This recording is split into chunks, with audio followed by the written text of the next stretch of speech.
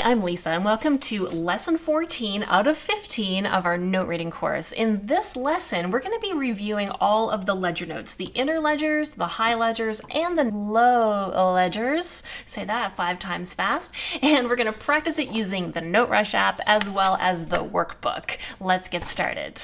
All right, so this is just a review. We've already covered learning all of these notes previously. We worked on the neighbors and skips from low and high C in lesson number 6. So these are not new, but you might have been not thinking about them for a while. So remember that we have our guide note low C found here 2 ledger lines below the base staff, and we have the neighbors D and E. And then we have these new middle ledgers that we just worked on in our last lesson. And then we have the high ledgers. So we have our high C as one of our guide notes, and then the neighbors and skip below those notes. So in this lesson, we're just going to be reviewing all of those notes on the NoteRush app as well as in our workbook. So it's just a review, but really targeting in on those ledger notes. So let's have a look at the first workbook activity, and we're going to start off by drawing the notes. So we're going to have middle C in the bass clef, and then we're going to walk up to the neighbor, that is D in the bass clef, and the skip above, that is E in the bass clef. You can just go ahead and draw those and name them, thinking about middle C, which is 1 ledger line, and D sits above that ledger line, E is 2 ledger lines. Same thing here for the treble staff. We can draw our middle C, the note below, and the skip below. So middle C, the neighbor below, and the skip below.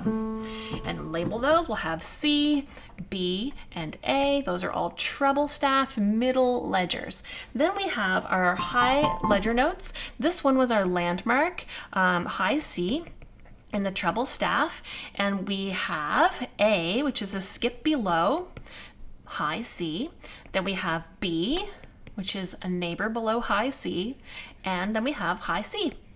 And again, we had the low ledgers around low C, so we can write E, which is a skip above low C, and then we can have D, which is the neighbor of low C, and low C. All right, so you can practice drawing these and then also practice naming them, always thinking about your landmark Cs.